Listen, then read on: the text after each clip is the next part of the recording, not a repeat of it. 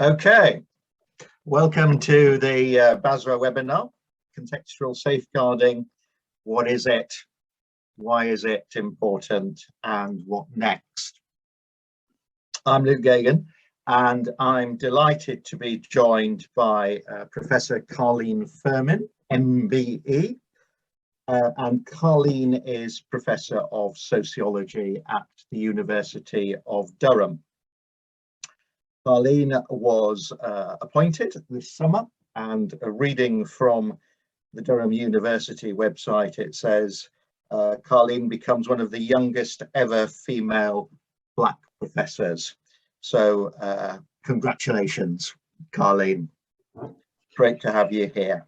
And Carlene is the author of Contextual Safeguarding and Child Protection, Rewriting the Rules. So if, as a result of today, you want to find out more, there is a book out there and I have read it and it is very interesting stuff. Carlene's going to talk. I think she's got some slides for us and then we're going to have some questions. There's 109 of you out there at the moment. We may not be able to get around to all of your questions, but we'll certainly try and have a go. And please do put your questions in the Q&A box. The chat is there as well, but the Q&A helps those of us who are looking after the show manage it a bit easier. So, Carlene, over to you. Thank you, Luke, and good afternoon, everyone. It's a real pleasure to be here with you today. I'm sharing my screen now. So what I hope to do for you over the next 30 minutes or so is to cover three things. The first is to introduce the idea of contextual safeguarding, to answer Luke's question, what is it? Detailing the contextual safeguarding framework and its component parts. I'll then summarise for you the lessons that we're learning about using the contextual safeguarding framework from our 9 pilot sites and share with you some case study examples of how that work is developing, before reflecting on some of the implications for social work in terms of what social workers are telling us on the ground and the key questions that remain unresolved in our efforts to develop contextual safeguarding systems. All references I'm going to make to individual children and families and locations in this presentation are anonymised, so have been changed to protect people's identity. So why contextual safeguarding? Well, contextual safeguarding, when I first kind of coined the term and then started to develop the framework in practice with practitioners, was trying to resolve a mismatch between the needs of children and young people and the systems in which social workers were trying to meet those needs. And this particularly related to harm that children were experiencing beyond their families. So in one case I reviewed for my doctoral work, Sarah, who was 13 at the time, said, if you're rude to them, then they'll beat you up. And I've seen how they beat up people, how everyone's scared of them. I said no for something very little and I've been beaten up and bottled. And I realised if I did say no, what would happen? I was pressurised and scared. I knew deep down that I didn't want it because I was still young, but I didn't have a choice.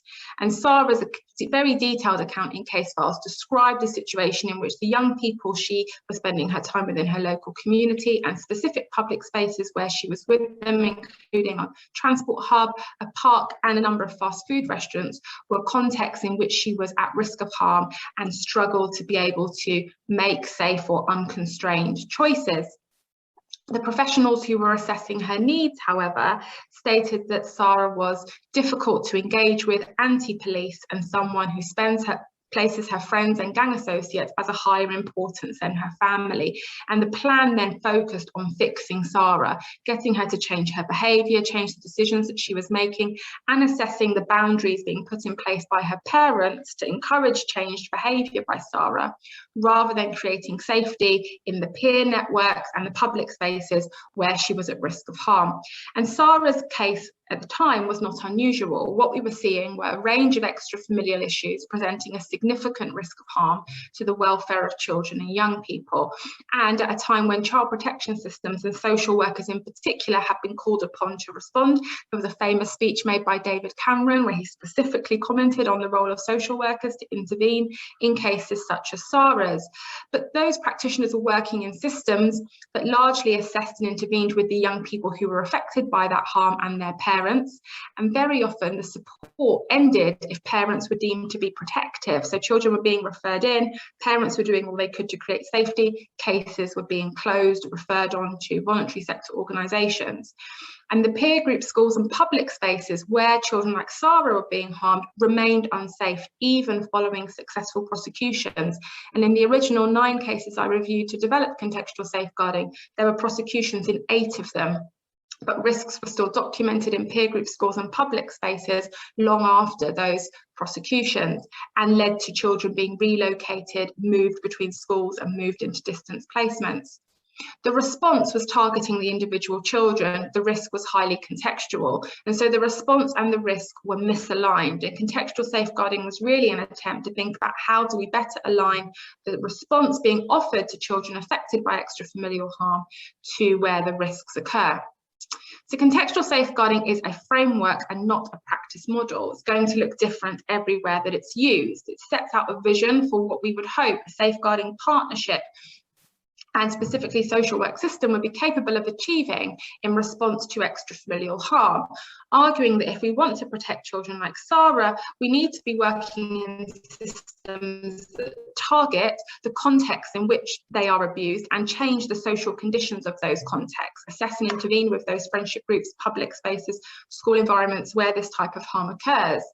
And it's important this happens through the lens of child welfare and required child protection, that we're responding because these issues pose a risk of significant harm to children, not solely because they're a crime issue or criminal justice issue. As I said, in the cases I reviewed, all these incidents were responded to as crimes, but that didn't necessarily safeguard the welfare of children. There was also early intervention work by community safety partners around antisocial behaviour amongst young people that also didn't safeguard the welfare of those children or consider their welfare in assessments. So the fact that this is a child welfare issue is pretty central to the contextual safeguarding framework. It also requires that agencies work, therefore, in partnership with those that can make a difference in those places and spaces. This isn't about social workers becoming youth workers and security staff in shopping centres. It's about having partnerships in place with those that manage shopping centres, clean our streets, run our parks, and other services, youth workers, schools, young people and parents themselves, all being critical partners in the creation of safe spaces for young people. And the system needs to be able to measure its impact contextually, not just is Sarah any safer as a result of the work that we've done, but is the high street where Sarah was exploited any safer, or has another child taken Sarah's place, because the exploitation is still a live issue. We've just got victim churn now going through that place, which remains unsafe. This, in essence, is contextual safeguarding. It's an approach that targets the context where abuse occurs as a child welfare issue in partnership with people who can make a difference in those places and spaces, and manages its impact contextually. And that framework can be applied to an individual response, to a whole team, to a service, or to a partnership. And how it's achieved varies significantly. It's also underpinned, therefore, by a core set of values to ensure the framework is used as intended. It's really critical that when contextual safeguarding is attempted, it's attempted in a way that's collaborative, working with young people, parents and wider communities rather than doing to them, is rights-based and engages with young people's rights to have their views heard and considered, their rights to privacy and their rights to associate with each other, as well as their rights to protection, and the tensions that emerge when we try to engage with all those rights in a safeguarding agenda.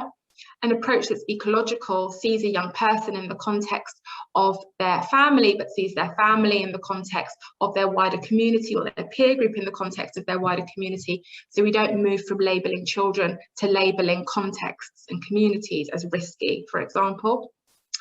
And is strengths-based, tries to create safety, not just dismantle and disrupt risk. tries to build on the assets that exist within young people's friendships and family networks, not just seek out the risk that's within them, and is rooted in a real reality of how young people are living their lives. Doesn't rely on data sets, for example, to identify where young people are safe or unsafe, but directly engages with young people to understand why they might feel safe or unsafe there, or whether the places that we think are unsafe are actually places where young people feel protected. Now, we've spent a number of years testing that 4-part framework and its underpinning values through a range of national and local structures. Nationally, we host a series of strategic group and networks to consider the implications of contextual safeguarding for policy research and commissioning, including convening a UK advisory panel featuring government departments from England, Wales and Scotland, inspectorates, practice associations and so on, an academics network convening researchers studying this field, and a practitioners network that any individual practitioner can join for free to access the resources emerging from the research programme and to tell us whether they're useful. We then have direct contact with 54 local areas in England, Wales and Scotland who have all stated a commitment to a contextual safeguarding approach. They've been organised into 9 regional groups in England, with national groups also forming in Scotland and Wales. Each of those areas has a single point of contact on contextual safeguarding, and many have nominated up to 5 practice champions who we've also coordinated into regional groups. 23 of those areas meet as a UK implementation group 4 times a year. And 10 of those 23 are formal test locations, our original test location in Hackney, and 9 new test locations in England and Wales, where my research team is embedded and collecting data over a 3-year period to track the implementation of the framework. And messages from all of those structures are being drawn upon to reflect on what contextual safeguarding looks like in practice and what that means for policy and practice development. So some of the key things we're learning from that multi-layered approach to testing. The first is that professionals in test sites and beyond routinely consider which context presents the greatest risk of harm to a young person when they apply contextual safeguarding, and we call this process context weighting. It's really important because it helps individual professionals and a wider network identify whether the response that's being offered in a plan for a young person is actually targeting the right place. When I was first reviewing cases, there'd be reams of information in case notes about a young person's school or peer group, and then the plan would be a parenting course for the family. None of the issues surfaced around the peer group would feature on the plan. So context weighting pulls out that detail from the case notes to visually represent which context seems to be presenting the greatest risk of harm or safety for a young person, and then asking, is the plan equally weighted, or are we weighting our interventions into one context when risk actually sits elsewhere? So in this visual, the school posed the greatest risk, followed by the peer group. What was happening in the family and neighbourhood was less of a concern for professionals, so the plan needed to target the school and the peer group. For another young person, the family box would be the biggest, maybe creating a significant push factor for the young person into the community, and so the family would be the focus of the plan. The second consistent learning we see across test locations is changing what it means for safeguarding to be everybody's responsibility. Key idea in working together to safeguard children. What we see is a move away from everybody's responsibility to share information and make referrals, which is generally what we see when we go into local authorities. Lots of training for a wide range of professionals into what sexual exploitation looks like, criminal exploitation looks like. Then those agencies identify children they're concerned about and refer them into children's services. What we see is a move beyond that towards it being everybody's responsibility to create safe spaces for young people and safety around young people. So I'm running a transport hub. I identify 2 young people I'm concerned about. I refer them into children's services. The response might be a response to the transport hub, as well as supporting those 2 children to ensure that there is enough safety in the transport hub for other children who are there, trying to prevent repeat referrals for other children and trying to build safety in locations that are potentially being used to access and groom young people. And we've seen similar responses in schools or in housing, where the response has been a response to the context as well as to the children who are involved. And so the partners become key in that, because those that operate the school are key in creating safety there. Those who operate the transport hub are key in creating safety there. As safeguarding being everybody's responsibility becomes about creating safe spaces, what we see is also a move towards the idea of reflecting on what our collective capacity is to create safety for children and young people, and not to solely focus on a parent's capacity to safeguard their child. Of course, we continue to assess a parent's capacity, but contextual safeguarding requires us to look beyond that and think about collective capacity in extrafamilial contexts. And the third thing we realised within 6 months of testing the contextual safeguarding framework, and continues to be true in all test locations, is that contextual safeguarding ends up being implemented at 2 levels. At one level, we see the embedding of contextual practice in work that already happens with children and families at every part of their journey through a system. So at the point that they're referred into a system, at the point assessments are completed, plans are developed, responses are offered and support, really thinking about, are we considering peer groups? Are we considering schools? Are we considering public spaces when we support this young person and their family? So that's level 1. Level 2 are the responses to those peer groups, schools and families. So we see both things happening in local areas. To give you a little bit of an example of that, I'll talk about assessment. So at level 1, we routinely see the introduction of safety mapping into activities with young people. So when an assessment is being completed, a map of an area or a school given to a young person for them to colour code where their red zones are, their amber zones are, their green zones are. If they identify a red zone, a zone where they feel unsafe, the plan may be to identify a green person for them in their red zone, or to provide some protected time for them via a partnership approach to spend time in their amber zone, so that they get space to socialise with their friends, for example, but in a way that feels safe for them. They may be having to attend meetings with practitioners in locations that are in a red zone for them. So there may be a decision to attend meetings in another locality, and so on and so forth. So safety mapping is really critical for foregrounding context in the assessment process. And it may be then that if this does go to a child protection conference, the safety map is also presented in the child protection conference, so that all partners are considering where this young person feels safe and unsafe in part of the planning process. This is all level 1 contextual safeguarding, contextualising the work with the child and family. At level 2, we may see multiple young people identify the same zone as a red zone, and the partnership may decide that we need a response to the red zone itself, not just identifying alternative zones for children or putting green people in their red zones, but actually responding to the red zone.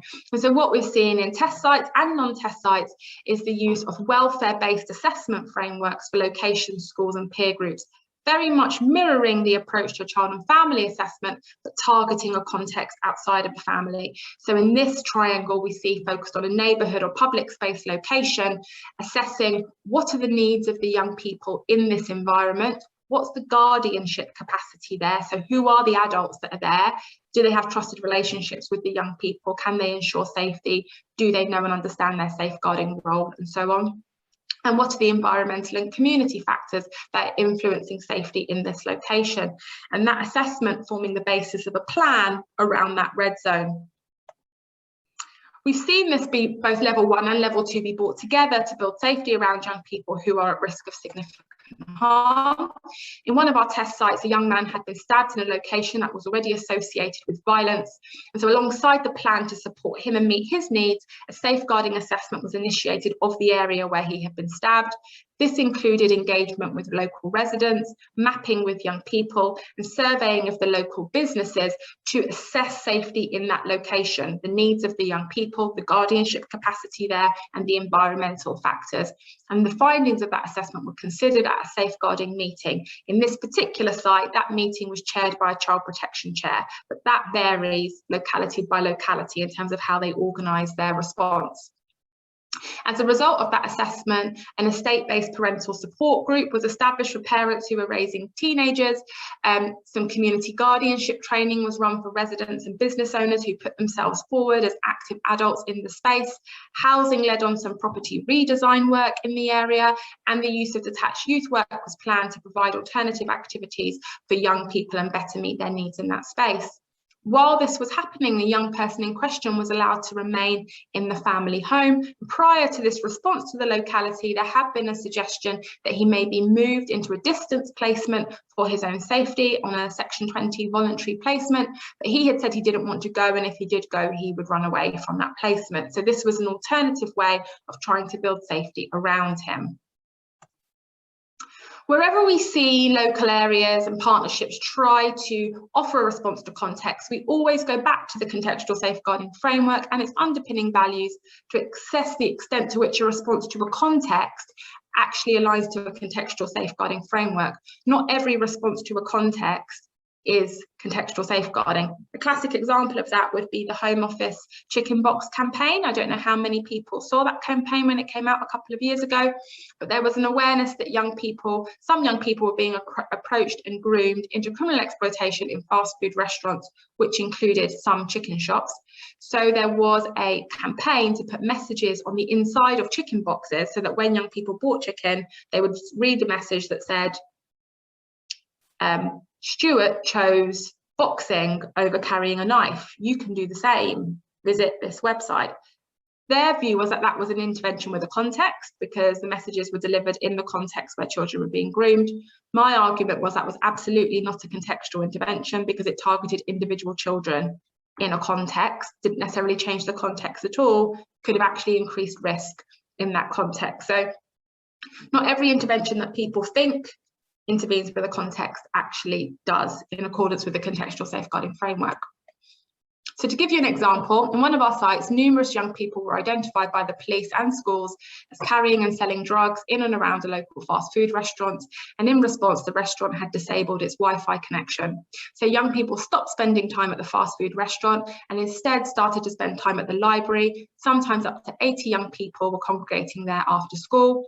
Complaints of antisocial behaviour in and around the library started to increase, and there was a concern that young people were using and selling drugs in and around the library, and that some unsafe adults have been seen approaching young people in the library space. Some fights had also broken out in the library, and the library had sought help from the local authority and the police about what they should do.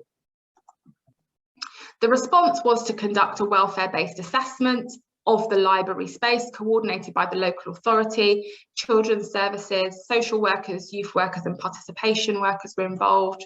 And as a result, a pop-up youth club was established in the library by the participation team to co-create ideas with young people about how better to use the library space. Training was also delivered for the library staff on bystander intervention and on adolescent development to build their confidence at engaging with young people who were in the library space. And one-to-one support was provided for a small number of young people, less than 5, from the substance misuse service. A practitioner involved in this response stated that responding to young people in this situation through a contextual safeguarding lens led to a decrease in antisocial behaviour and helped to form a stronger relationship between the young people and the library staff, which ultimately created a safer space for young people to socialise. And this in turn had a longer impact on safeguarding young people who were engaged in the space. We often get asked, does contextual safeguarding just displace risk somewhere else? So it's really critical when thinking about a contextual approach that you're actively building safety in an environment that young people then stay in.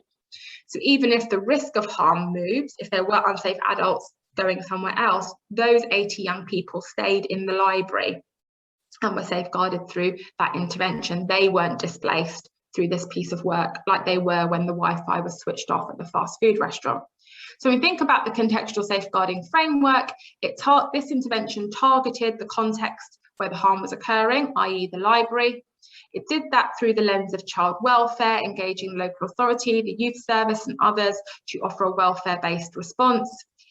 It worked in partnership with the people that could make a difference in the library, in this case, young people and the library staff. And it sought to create a safer space for young people to be. So the impact being measured wasn't how many young people did we refer into the substance misuse service. The impact was, is the library any safer as a result of this work? We also see all the values of contextual safeguarding in this example. It's ecological, saw this friendship group and wider network in the context of the library rather than labelling them as antisocial.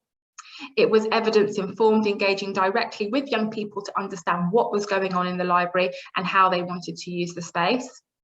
It was collaborative, worked with young people and the library staff to build solutions. It was strengths-based. It sought to create safety in the library, not just disrupt the risk that was emerging. And it was rights-based, sought to create opportunities for young people to spend time together and to socialise rather than to dismantle their friendships.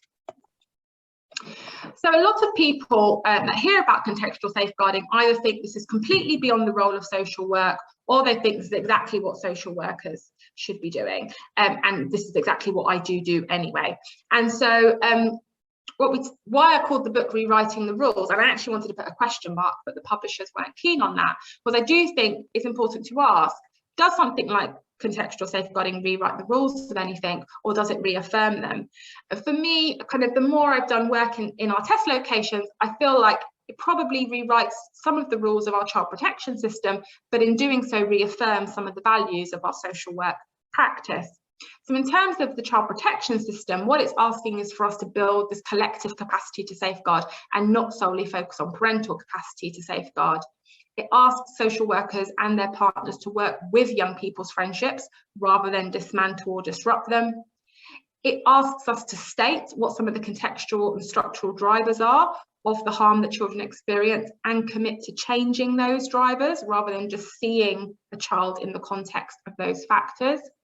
In some respects, it links then strategic work that happens in a local area with individual planning. We have seen in some of our test sites, for example, changing decisions around how services are being resourced off the back of a locations assessment. In one of our test sites, there was a locations assessment of a high street where there had been poverty for years. The location assessment around the safety of children on that high street led to a change in decision making about the deployment of youth workers and the resourcing of early help support into that locality. So we are seeing some strategic decisions then being linked to the individual plans developed for children who are at risk of harm in extrafamilial contexts. It also requires us to broaden who our trusted partnership is. It's not just social work, health, police, even parents and young people, but a wide range of partners like shopkeepers, waste management services, housing, sports and leisure and education, and not just who they are, but what's being asked of them. We're not just asking them to share information and attend meetings, we're asking them to be active participants in creating safety. And it also means in some cases we hold risk collectively in regards to a context, not just for an individual. So we're not talking about every child who is in the library being open to children's services. There needs to be a way that services can hold the risk in the library and identify which individual children may benefit from their own plan, not holding risk by every single individual child in the library. That would overwhelm services, but it also isn't proportionate in terms of providing support. So all of these things feel like social workers are having to rethink or rewrite the system rules in which they operate when they do contextual safeguarding work.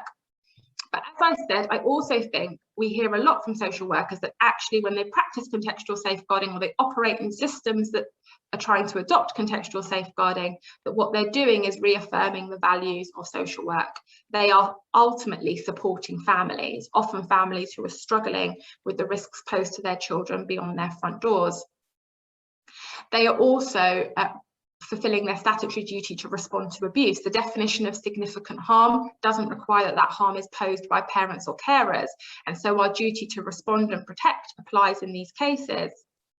And social workers are intervening then often at the intersection of individual behaviour, decision making and context or structures, which very much aligns to social work values. For example, in terms of the IFSW statement on social work ethics, we see a clear statement around social work being a practice-based profession and academic discipline that engages people and structures. And contextual safeguarding is just one approach that enables social workers to do that, to do both, work with people and work with structures to address life challenges and enhance well-being. It doesn't mean it's a silver bullet, and even in the areas where it's trying to make a difference, a number of current questions are being explored in test sites. The three key ones that we're working on at the moment are how do we align community safety and social care responses to individuals, groups and contexts. It's not unusual in our test sites to have a young person who is being supported by a child in need plan because they're at risk of exploitation and also been deemed to be antisocial by the community safety partnership and may have been served a civil order or have been threatened with a civil order. And so what we're trying to do is think about how you align and how you assure the paramountcy principle is in place around the child's welfare in these types of cases, but also in respect of context. And we have seen some areas realign the relationship between social care and community safety to agree welfare-led responses to locations and friendship groups that previously would have been targeted and led those interventions targeted and led by a community safety partnership. Once you start responding to contexts, questions emerge about what the threshold is for doing this, not just around resources, although of course that is a critical issue, but in terms of proportionality and ethical practice. Young people need to be able to grow up, make mistakes, be teenagers. We can't intervene in every single kind of factor in their lives. So how do we know when we should respond to a public space location, a school, and particularly a friendship group? And where do we draw the parameters around that to ensure that our response is both proportionate and ethical?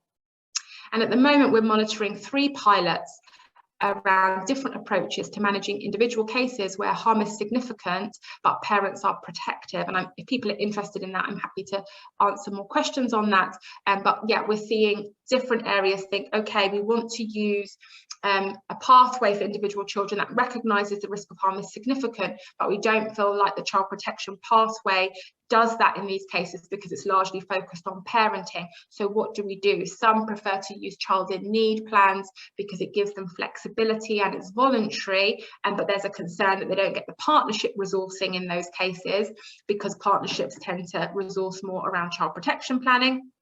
Some therefore use child protection planning to get plans resourced and to get the partners around the table, but some will feel that that is a process that largely is focused on parenting and doesn't give you the flexibility that you need to engage young people in processes and so on and so forth.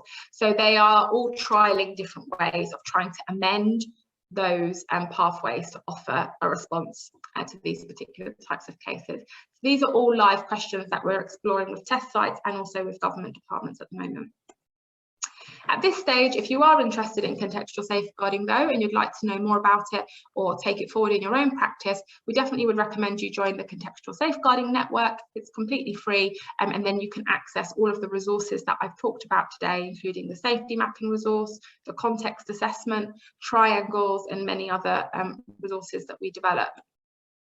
In terms of individual practice, we often see practitioners start by introducing safety mapping into some of their assessment activities or trying to do context weighting as part of them building their concluding comments around an assessment. It might also be worth finding out if the area you work in is part of the local area interest network. As I said, there are 54 areas in England, Wales and Scotland who are part of that network. And if you do work in an area that's part of that network, you may have some practice champions you could contact. And the thing we suggest for everybody who wants to take a contextual safeguarding approach is to start by looking at language, not just your own language, but the language used in referral forms that come into you, in multi-agency discussions, and continue to be asking yourself, are you describing the child who's experiencing this harm, or are you describing the situation the child is in? Because if people describe the child, the plan tends to focus on fixing the child.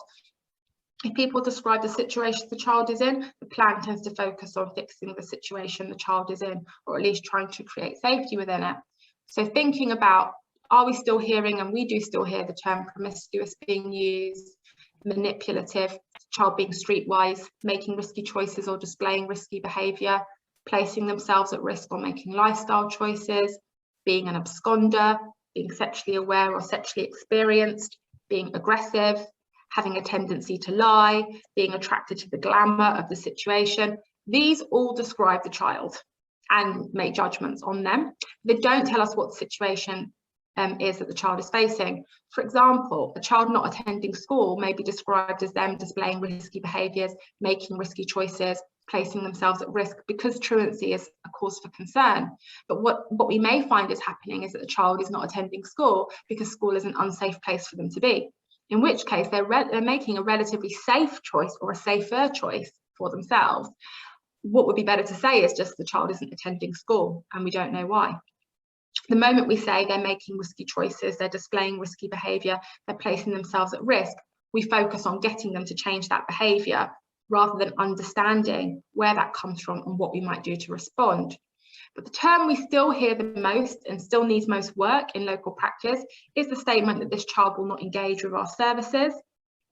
Non-engagement is really critical in the area of extrafamilial harm and for safeguarding adolescents more generally. If we can just switch our language a little bit to be saying, we can't engage this child in this service rather than they won't engage with us, then it opens up a problem-solving conversation. When we say they will not engage, it's often followed by, so I'm going to close. If we say we haven't been able to engage them, we can say, why haven't we been able to engage them? Is it the worker? Is it the offer? Is it the time of day? Is it the location? Is it the situation the child's in? What's creating the barrier and how can we alleviate that in order to provide support? As Luke mentioned, there is a book on all of this that you can access. There's also a 15-minute TED Talk on YouTube and a range of resources on the Contextual Safeguarding Network, including a whole system implementation toolkit that will be updating in the new year that you can access to explore this information further.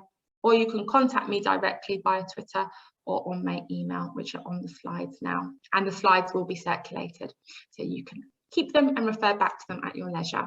I'm really looking forward to answering some of your questions. I'm going to stop sharing my screen now. Carlene, thank you for that. And we do indeed have some questions. Let me just pull up the first one. Now contextual safeguarding has been going for some time. I'd be interested in how police are engaging with contextual safeguarding and how police and/or enforcement activity is connecting to address safeguarding as opposed to crime reduction. Any good examples? How were police engaged? And that's from Elizabeth Riddett. Thank you for that question. Yeah, we're gradually seeing differing kind of approaches for policing in terms of contextual safeguarding. I was actually just observing an alternative child protection conference approach last week where the police were present, discussing what the options were for creating safety around children in a public space where they were spending their time, where they had experienced harm. So more reflective discussion and more challenge to the police around where some interventions may actually exacerbate risk because they may reduce trust in services. So sometimes we're seeing changes in terms of partnership challenge to the police, as well as police action being focused on context rather than the individual children.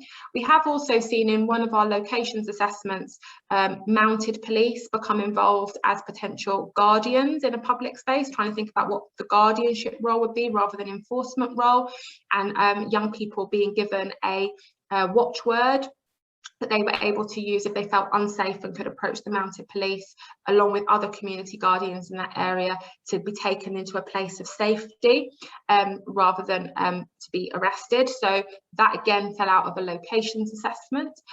So we're starting to see some reflection in partnership meetings and in planning on what is the best role for policing in terms of extrafamilial harm and safeguarding, but I think we've still got a long way to go, and a lot of it is also informed by the extent to which community safety partners are engaging in this. So we have seen one area where the local authority and community safety partnership have developed a joint agreement around changes to language in notices that might be served to young people around civil orders, and also changing decisions around civil orders for young people who social care believed to be at risk of significant harm. So that has kind of changed decision making, but that's been more with the community safety partnership rather than with police. That's great, and we have more questions. Let's just,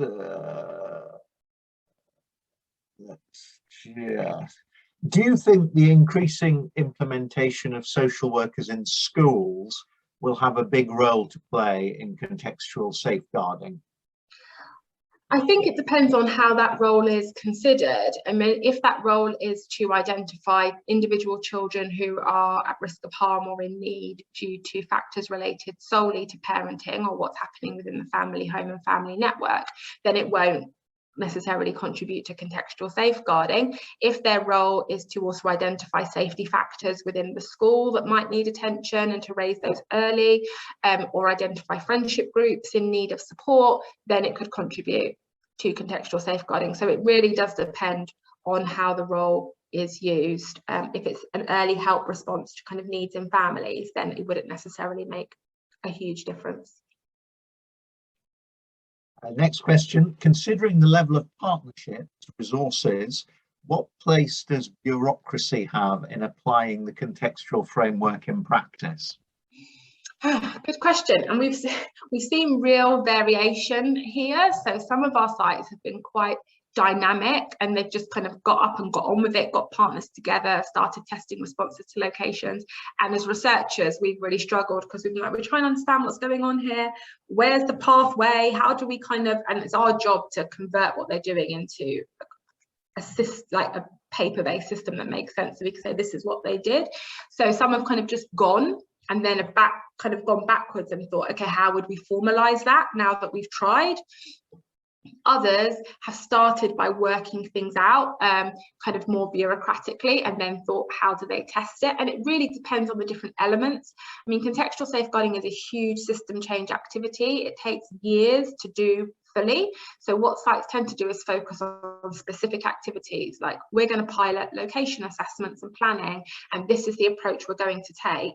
That doesn't necessarily change the whole system, but it does require a level of bureaucracy to kind of embed it because it's a new pathway. A lot of the level 1 work doesn't require much bureaucratic change because you're just thinking that's about practice. How do we introduce safety mapping into our planning and practices?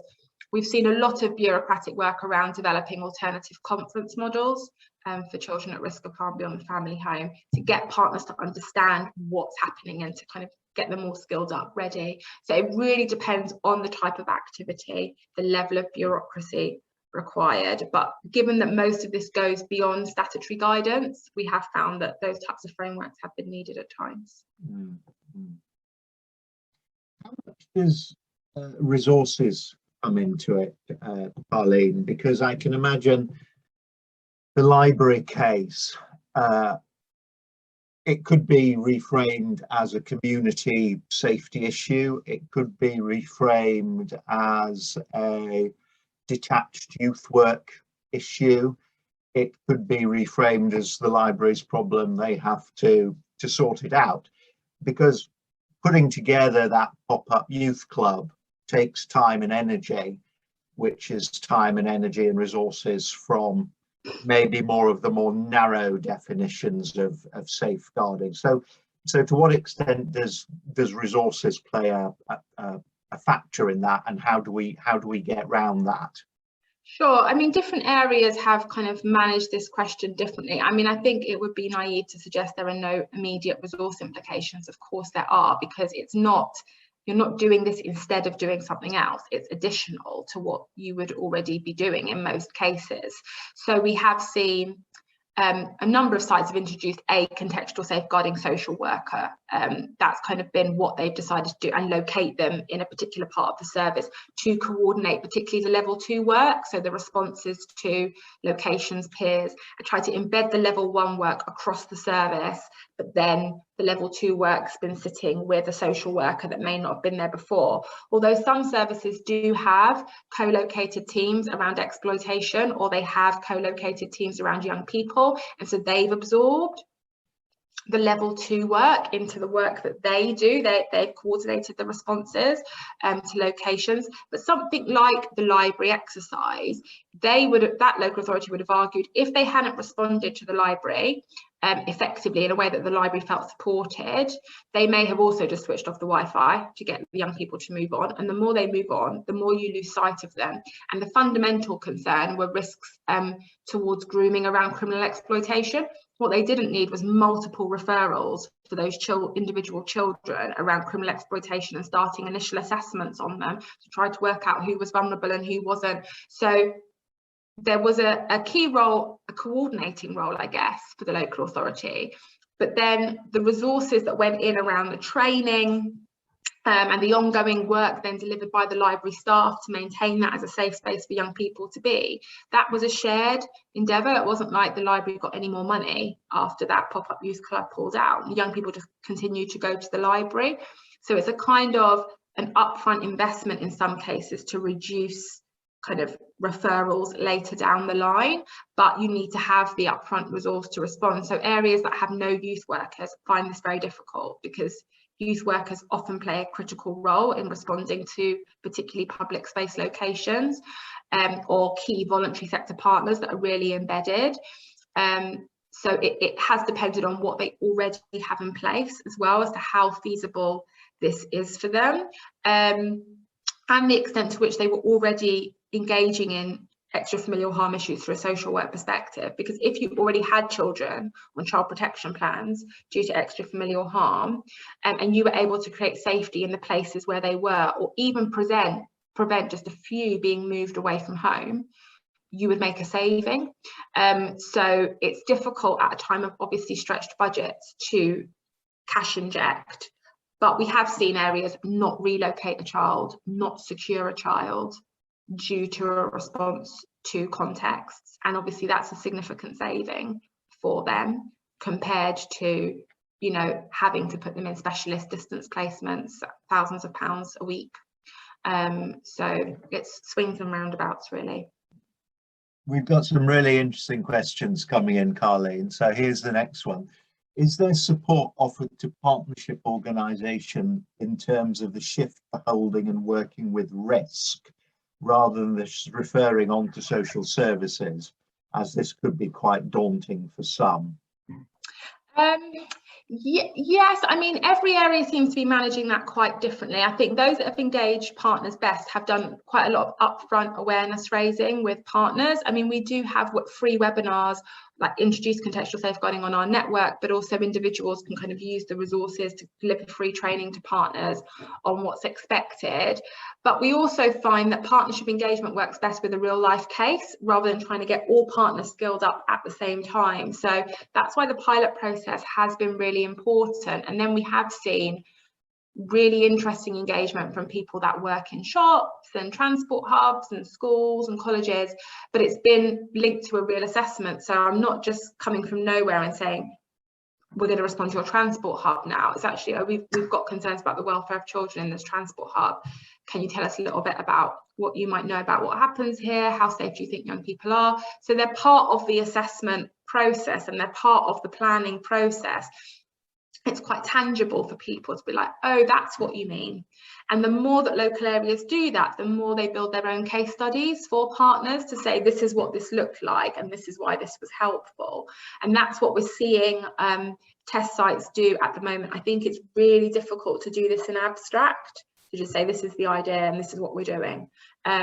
But for some things like changing the focus of child protection conference, we have seen partnership guidance go out, so partners know when they're coming to the conference, they're coming to talk about the context where the child's at risk of harm and not just coming to share information about whether the families use the service or not.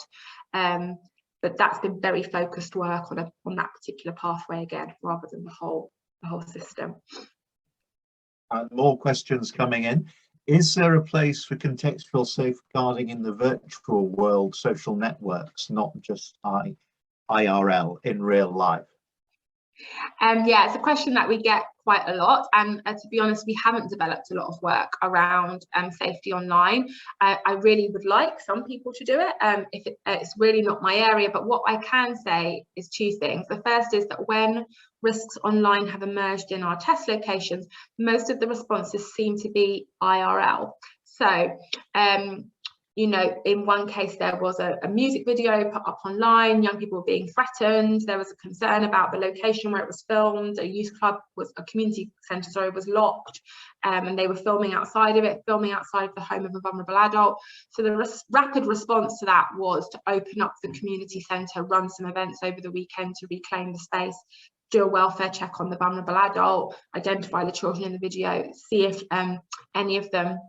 if any practitioners knew any of those children, if any of them, there was a need to kind of make an initial contact around an assessment. So all the response was pretty much in person, but the concern was the video was going to escalate a kind of severe incident. So it impacted the timings of that, but there wasn't like an intervention online. There was a real concern that if it was just taken down immediately, that it would go underground and then that people wouldn't know who was viewing it, who was commenting on it. So there was that debate that played out.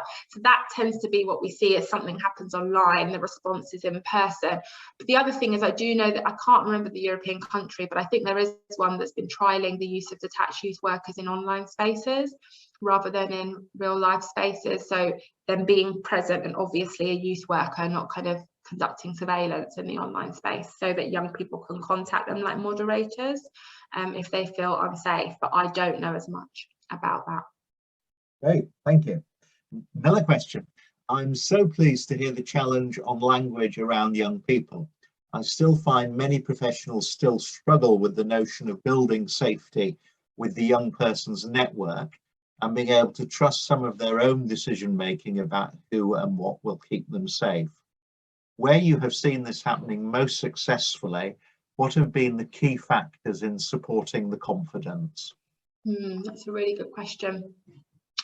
I think there has been a need to have the support of managers, absolutely. So, you know, if a social worker kind of feels like they're out there doing this on their own, that if something goes wrong, they're going to get the blame for it, and management haven't made a kind of shared, committed decision around risk holding, that really has a negative impact for professionals. So that's been really critical. Ensuring social workers really understand adolescent development, are supported to be able to collaborate with young people on things like short-term gains. If you're trying to develop a safety plan that's focused on the next 10 years, it's not going to work for a teenager. You need to be focused on the next 5 days, the next 2 weeks max, often, because short-term gains is what will be motivating them. And if social workers don't understand that, then they can really struggle with kind of finding a kind of a shared language for the purposes of collaboration. So I think there was something about how the organisation supports that type of approach, but also then how individuals recognise adolescent development and how to work with the opportunities that come with adolescence, rather than seeing this as a really tricky time and teenagers are really difficult to work with. And the other thing is obviously having partnership buy-in, so that you can actually advocate for children, because what young people will look for is an example that you're actually making anything better, in order to kind of then invest in further collaboration with you. And if social workers feel like there's nothing they can do to respond to what young people actually say they need, then that can be really overwhelming, because they can't actually fulfill or meet the needs of that young person. So in a meeting I observed last week, I saw amazing work from a social worker around kind of advocating for that young person's college place when they've been told they couldn't attend college. Youth offending team workers advocating for them to have access to a safe community space to conduct kind of apprenticeship work, and challenging the police on language that they were using in that meeting. When young people kind of see that work happening from practitioners, obviously it bolsters trust and support and creates the space for collaboration. So I think all those things kind of are in the mix there. Lots of questions coming in. I'm also aware that we've got 5 minutes to go, but here's a very interesting one, Carlene. Have there been any examples where Prevent is one of the partners? No, there hasn't. We do get questions. We've had questions from central government, and we've had questions from local areas about radicalisation and Prevent, but we've done no testing with it, and we haven't kind of linked in with channel panels or anything yet. Yeah. Very broad question.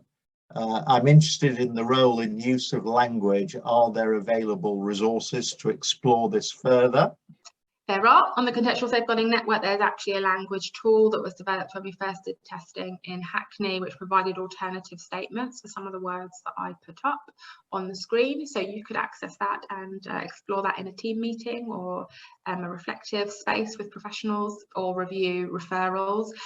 One of our test sites is actually now moving on to thinking, how do they change language and challenge and discuss language that comes through on referrals, so that inappropriate language doesn't sit on the child's record if they literally just copy and paste what was in the referral onto the record. So yeah, really interesting work developing, but there are some tools you can access via the network to start that conversation.